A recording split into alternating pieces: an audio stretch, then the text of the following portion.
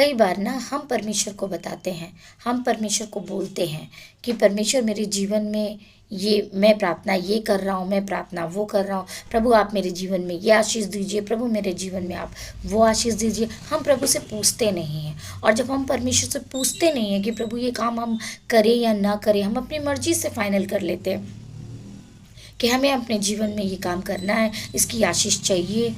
और तभी हम ठोकर का कारण बन जाते हैं, क्योंकि ज़रूरी नहीं है कि हमारी सोची हुई बातें, हमारी सेलेक्ट की हुई चीज़ें सही हो जाए, और तभी हम ठोकर खाते हैं अपनी लाइफ में। और ठोकर खाने के बाद हम ये भूल जाते हैं कि हमने परमेश्वर से नहीं पूछा था कि प्रभु इस काम को हम करना चाहते हैं, प्रभु आपकी योजना है कि नहीं। लेकिन मेरे प्रियो, अपने जीवन में कुछ भी करने से पहले हमें परमेश्वर की योजना को पूछना है, परमेश्वर की मर्जी को पूछना है कि हमारे जीवन में परमेश्वर की क्या योजना है। क्योंकि प्रभु ने हमें अपनी योजना के मुताबिक अगर प्रभु हमें चलाते हैं, अपनी योजना हम पे प्रकट होते हैं, तो ऐसा हो नहीं सकता कि हम उसमें कामयाब ना हों। लेकिन हम परमेश्वर की मर्जी को बिना पूछे हम अपनी मर्जी को टालते हैं, अपनी मर्जी से चलना सोचते हैं और सोचते हैं कि ये प्रभु की मर्जी है, और तभी हम ठोकर का कारण बन जाते हैं।